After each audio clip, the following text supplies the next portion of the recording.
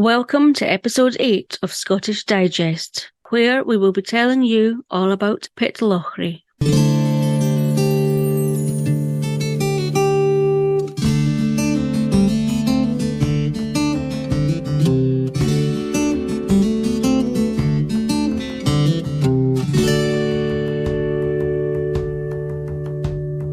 In today's episode, we will be hearing from Graeme from Scotland's Stories, who is never happier than when he is donning his kilt and exploring Scotland with Molly the Labrador, and his stories from his exploring are truly engaging. We'll also hear from Helen, who is a disability travel blogger who runs the website Wheelie Braw, whose aim is to help wheelchair users and other disabled people get the most out of their visit to Scotland. And we'll also hear from Monique, who will tell us all about the Enchanted Forest, an event that takes place every year near Pitlochry, and in 2023 will take place from the 5th of October to the 5th of November. So we've got quite an episode for you. But first, where is Pitlochry? Well, Pitlochry is a picturesque, largely Victorian town in Perthshire, situated almost halfway between Edinburgh and Inverness, being about 71.4 miles or 115 kilometres northwest of Edinburgh and 85.9 miles and 138 kilometres southeast of Inverness, and it lies on the River Tummel. According to Scotland Unwrapped, Pitlochry is often referred to as the gateway to the Highlands and is one of the jewels in the crown of Scotland. According to Wikipedia, in 2011, Pitlochry had a population of 2,776. But due to not only the charm of Pitlochry, but also its perfect placement to explore Perthshire, visitors from all over the world return to Pitlochry year after year. Pitlochry is also known for the Pitlochry Dam and Fish Ladder Visitor Centre, which according to Pitlochry-Scotland is cantilevered 8 metres out from the banks of the River Tummel and gives excellent views of the dam.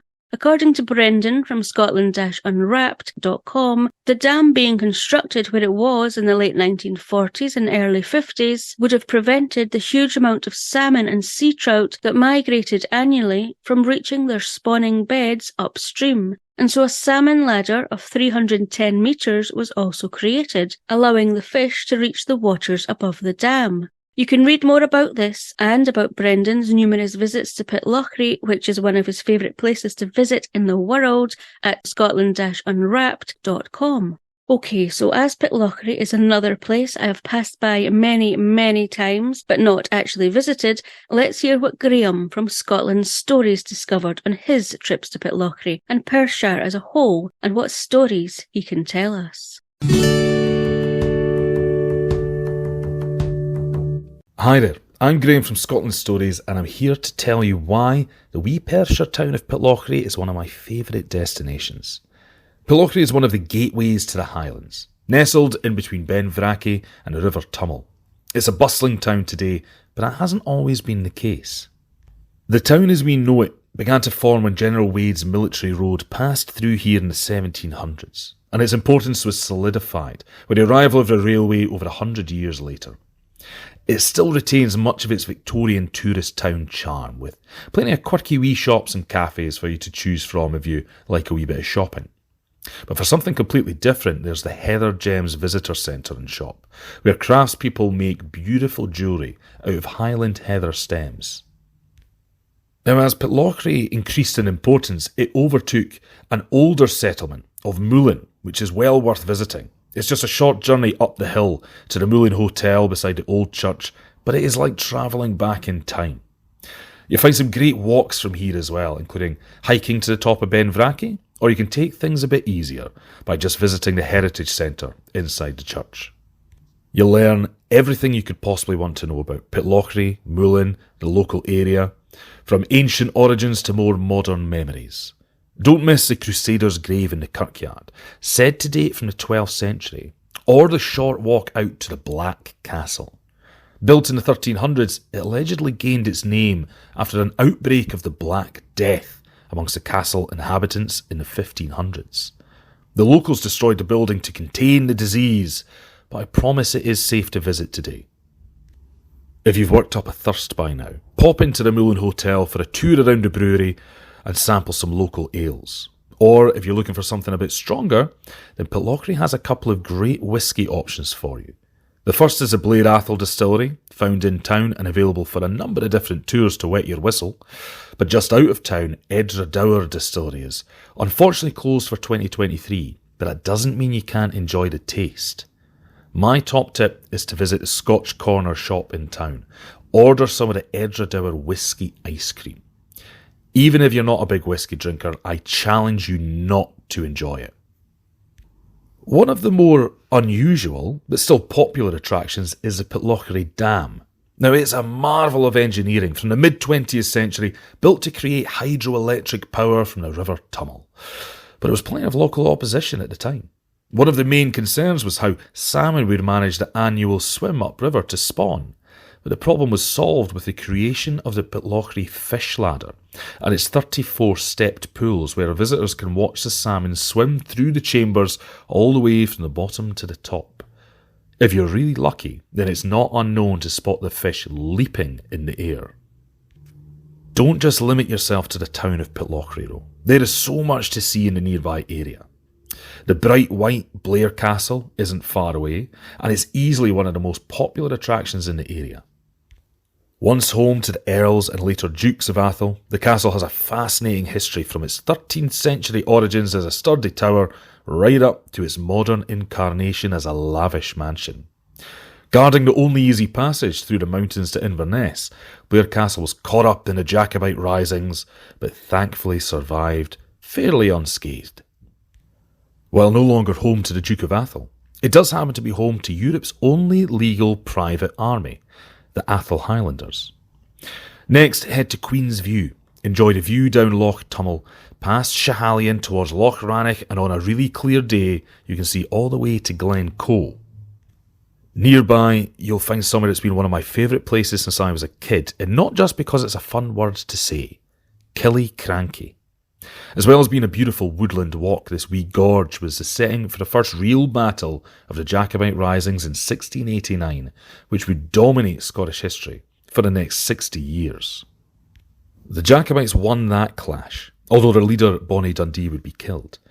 If you keep your ears open as you wander above the river, you might still hear the ghostly sound of clashing swords and firing muskets of a battle long over. An easy walk there will take you to Soldier's Leap, where the river churns in a tumbling waterfall. That's where a government soldier, Donald McBean, was trapped by a group of Jacobites and faced with what seemed like certain death. Turning around, he raced towards the water and somehow managed to leap the 18-foot gap to safety, although he did lose a shoe in the process. So, from leaping salmon to leaping soldiers, Pitlochry and the surrounding area has plenty of things worth experiencing, no matter what time of year you decide to visit. If you're looking for more travel suggestions or Scottish stories, you can find me at scotlands-stories.com or on whatever social media you use as Scotland's Stories. If you see a bald guy in his Labrador, I think you're in the right place. Killiecrankie is a place myself and my husband have passed so many times too when we visited my gran on Skye, and it's a place name that always makes me smile. I absolutely love Graeme's stories. They're so interesting and engaging, and I love his voice. You can find so many more stories from Graeme on his website, scotlands-stories.com, or follow him on social media for more interesting and funny videos. But I hope he's given you a good wee insight into what you can do and see in and around Pitlochry. According to Visit Scotland, Perthshire is known as Big Tree Country due to there being more than 200,000 acres of woodlands. And with the abundance of scenic forest trails, gigantic mountains and atmospheric lochs to be explored in Perthshire, and activities such as fishing, golfing, walking, hill climbing, mountain biking and bungee jumping being aplenty, staying in Pitlochry and exploring the surrounding area really does become even more attractive. And never fear if you have a disability and think you won't be able to enjoy or participate in activities in Perthshire, because Helen from Wheelie Braw is here to tell you differently. As a wheelchair user, I won't pretend it's easy to find accessible things to enjoy in Scotland, particularly if you want to get lost in nature, but there are some beautiful spots around the country to enjoy, including some in Perthshire. When you hear wheelchair accessible, mountains might not be the first thing that you think of, but Perthshire offers at least 2 opportunities for wheelchair users and other disabled people to explore mountains. First up is Ben Lawers, or Ben Lawr in Gaelic, which means speaking mountain. Well, it certainly spoke to me, especially when I found out that there's a National Trust for Scotland car park up at 1,400 feet with some spectacular views over Loch Tay. The ground up there is rocky and uneven, but I managed a short wheel to admire the snow-capped Munro. It's breathtaking up there. Next up is Schiehallion, which has been named Scotland's first wheelchair-friendly Munro by the Fieldfare Trust. So the general advice here is to park in the Braes of Foss car park and take the path to the summit of East Schiehallion. You might not get to the summit, as only the first third of the path is advised for wheelchair users, but you can assess the terrain and decide if it's safe for you to complete the journey. I'm yet to visit and try this, but I can't wait. There's something really empowering about showing up in spaces where people don't expect to see you in a wheelchair, and mountains definitely fit that bill. If you fancy something a bit more down to earth, then Kenmore is a lovely stop on the shore of Loch Tay. A while back I visited the Courtyard Shop and Deli in Kenmore for a browse and came out with a bag full of treats. Gin, fudge, biscuits, jams. It's such a beautiful shop. It's accessible and represents Scottish producers really well. Just next door is the Courtyard Bar that has an all-day menu with some vegan and gluten-free options too. Not far from Kenmore is Dull, which really isn't dull. It's beautiful actually. I visited Highland Safaris there for one of their red deer feeding experiences. It was lovely to be able to get so close to these beautiful creatures. Our guide was really knowledgeable and also understanding of my accessibility requirements. It's such a family-friendly activity, and there's a wee cafe on site too, because no day trip is complete without cake. I hope this has given you a couple of ideas of wheelchair accessible things to do in Perthshire. I know I've barely scratched the surface, so if you want to keep up with my adventures, you can follow me on Instagram at WheelieBraw. That's WHEELYBRAW. And my wife Kirsty and I have just started a joint venture, Accessible Holidays Scotland, which is a growing database of accommodation, days out, places to eat and shopping. You can follow us at accessibleholidays.scot and visit the website at www.accessibleholidays.scot. We'd love your support. All the places that Helen mentioned are no more than about a 20-mile or a 32-kilometre drive from Pitlochry, with the exception of Ben Lawers, which is a 32.7-mile or 52.6-kilometre drive away. As Helen said, she has not even scratched the surface when it comes to telling you about the places she has visited and what she has done, and you can find so much more from her website wheeliebraw.scot, or follow her on social media for some great videos.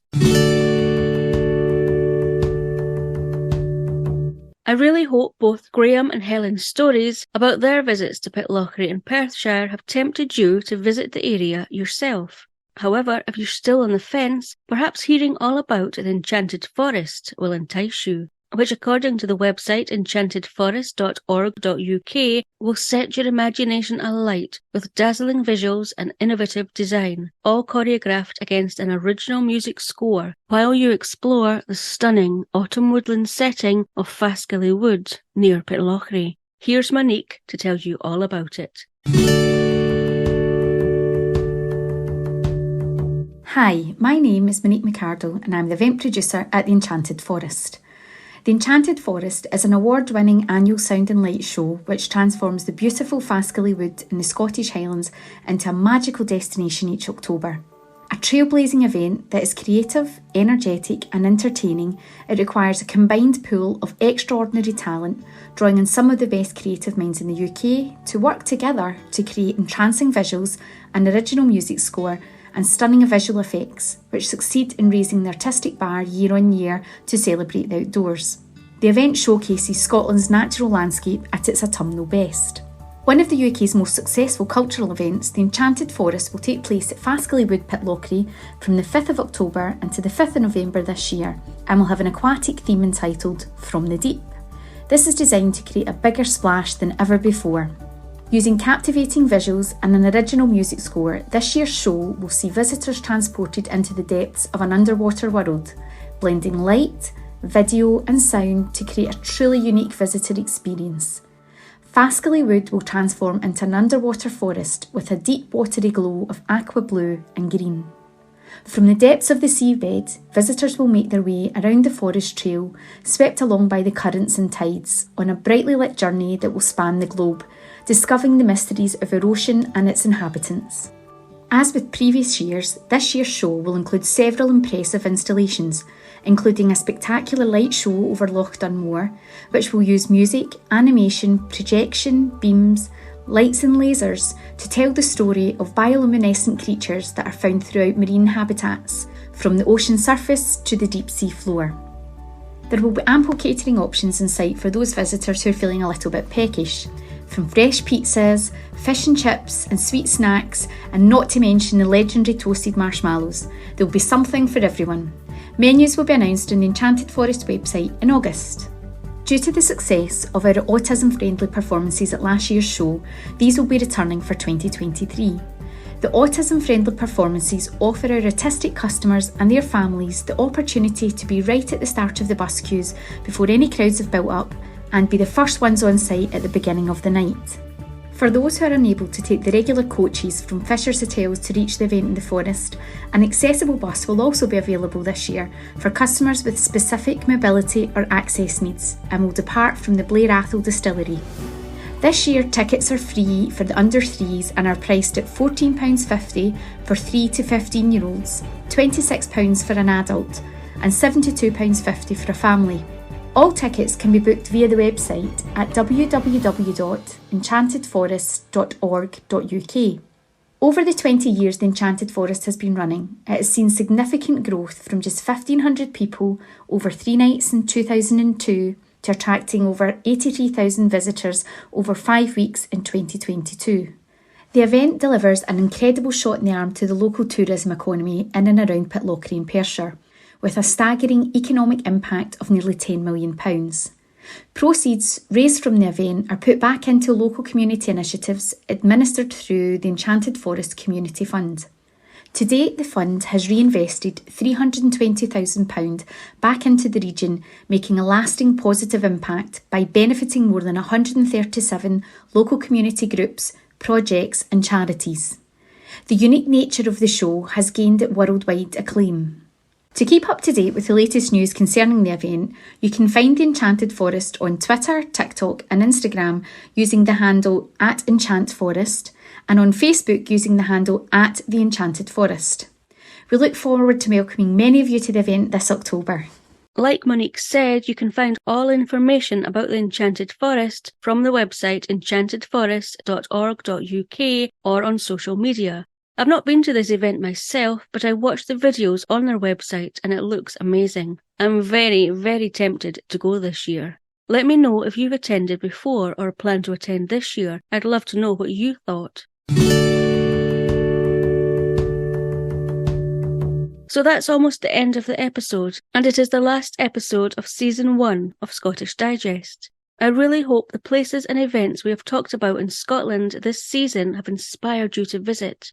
I've really enjoyed Season 1 and hearing from so many people who love travelling around Scotland, visiting beautiful and fascinating places and telling us all about it, such as Suzanne, Helen, Kathy and Graeme, or those who are proud of where they live and the events that take place there and want to share with others. It's inspiring.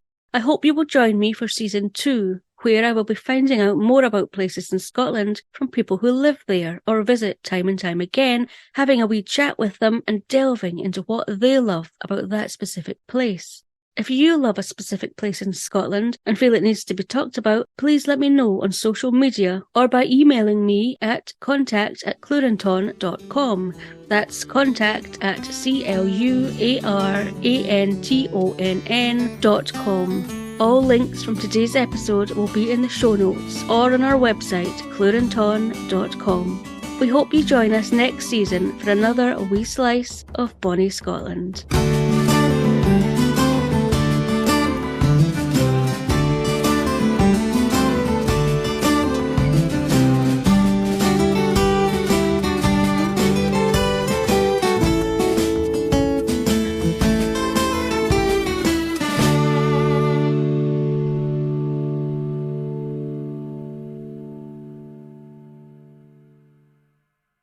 Scottish Digest is a production of Killiecrankie.